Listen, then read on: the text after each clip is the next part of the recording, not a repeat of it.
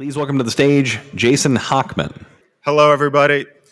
This is a bit surreal, but I have the distinct honor and privilege of introducing video remarks from United States Special Presidential Envoy for Climate, John Kerry.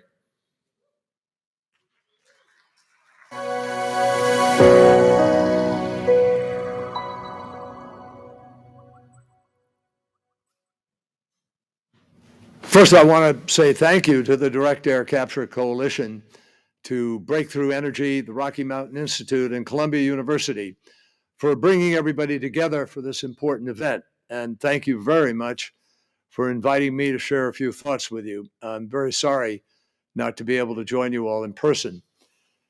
Every one of you is here today because you understand that we are in a truly critical moment in the fight to deal with the climate crisis, and that we have to take bold action if we're going to remain on a pathway that keeps 1.5 degrees Celsius within reach.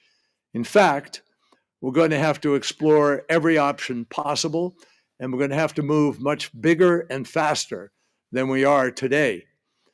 At the Major Economies Forum in April of this year that was hosted by President Biden at the White House, he and I had the privilege of laying out a vision for the decisive actions that have to be taken in order to hold on to this pathway to 1.5 degrees centigrade.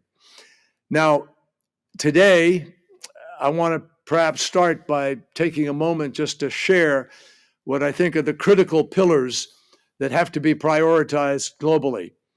First, we must, of course, decarbonize energy. We have to drive down emissions in the power, transportation, and in the industry sectors of our economy. And we have to scale up clean energy. We have to do it really fast. Second, we have to work to address deforestation, mobilizing public and private philanthropic support in order to end the deforestation of the Amazon, of the Congo Basin, of the great forests of the planet. And third, we have to tackle potent non-CO2 climate pollutants like methane and HFCs. And finally, as the fourth pillar of this vision, we must advance carbon management, that is, accelerating carbon capture, removal, use, and storage. And hopefully, you all are going to provide us with a breakthrough that makes this affordable and competitive in the marketplace. Now, I share these four pillars with you now because it's important for all policymakers and for industry alike to be absolutely clear-eyed about the need for carbon management in our decarbonization journey. Scientists have convinced me that we can't get to net zero 2050 barring some miracle. We can't get there on the current pathway without being able to capture a certain amount of the emissions. And the science tells us that removing carbon dioxide directly from the atmosphere through technologies like direct air capture are going to be absolutely critical if we're to stay on course to 1.5 Celsius, even in scenarios where we are aggressively mitigating emissions across the other pillars that I laid out. We can't be content with just one track or two tracks. We have to put every available resource and track on the table. In fact, the IPCC estimates that by 2050, staying aligned with 1.5 Celsius is going to require removing 1.5 gigatons every year from the atmosphere. That is a massive challenge, certainly as we gather here today, and it's going to require technology, capital, and policy. Today, I'm proud of the support that the United States is already providing to support this critical acceleration. Every one of you I know are familiar with the generous $180 tax credits that are provided for every ton of CO2 removed through DAC and permanently stored. And as a result of the IRA, you all know we're sort of accelerating in that sphere. The bipartisan infrastructure law includes over $12 billion in investments in next generation carbon capture and direct air capture, along with demonstration projects and transport and storage. I was also thrilled to see that the U.S. Department of Energy selected the first two direct air carbon capture hubs in Texas and in Louisiana. Now, as some of you may know, I also had the privilege with President Biden in Glasgow of launching the First Movers Coalition, a public-private partnership which has amassed purchasing commitments for scalable, durable carbon removal. And in addition to this domestic work, we are also encouraging other countries to accelerate their own efforts to scale CCUS and CDR through Carbon Management Challenge.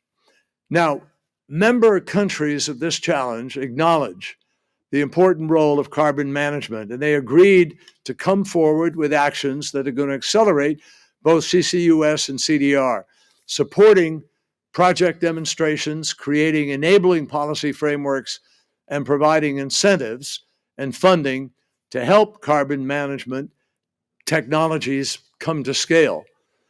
So, my friends, I hope you get the sense that this is really, truly a pivotal moment in carbon management and in direct air capture specifically.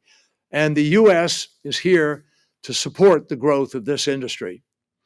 But excited as I am to reflect on the policy support that we're currently providing for direct air capture, I have long said that the scale of the climate crisis is way too large for any government alone to address this. At the end of the day, we are got to be able to pull the private sector to the table, and I want to reflect for a quick moment on the important role that each of you play. Throughout my time in this office, I've had the pleasure of meeting many of the entrepreneurs and scientists who are working full-time to scale direct air capture technologies, whether it's during a trip to Silicon Valley that I made, or during conversations that I had at Breakthrough Energy's own summit, or at many other encounters around the world. After each of these conversations, I'm excited, I'm heartened by the quality of the minds and the passion of those who are working in the direct air capture space. But obviously, we all know that this is not a replica, at least at this point, to the best of our knowledge, of Google growth or Apple growth or Microsoft growth. We know that technological breakthroughs are critical, but energy behaves differently from the multiples that we've seen in other technologies. And clearly, the rapid deployment and scaling of direct air capture technologies is going to play a critical role in keeping our planet safe, providing it can provide us with the ability to be able to be affordable and competitive in the marketplace. So I wish each of you all the luck in the world, all the skill in the world, and the passion necessary to bring the conversations that you're going to have to fruition. The questions that you discuss, how to fund and scale the projects, how to ensure that direct air capture projects bring forward other environmental and community benefits, how to truly measure impact. These are all critical questions, and they're all going to have to be answered in order to be able to meet this moment. So thank you for the work you've done already. Thank you for all of your contributions in this fight to win the battle of the climate crisis.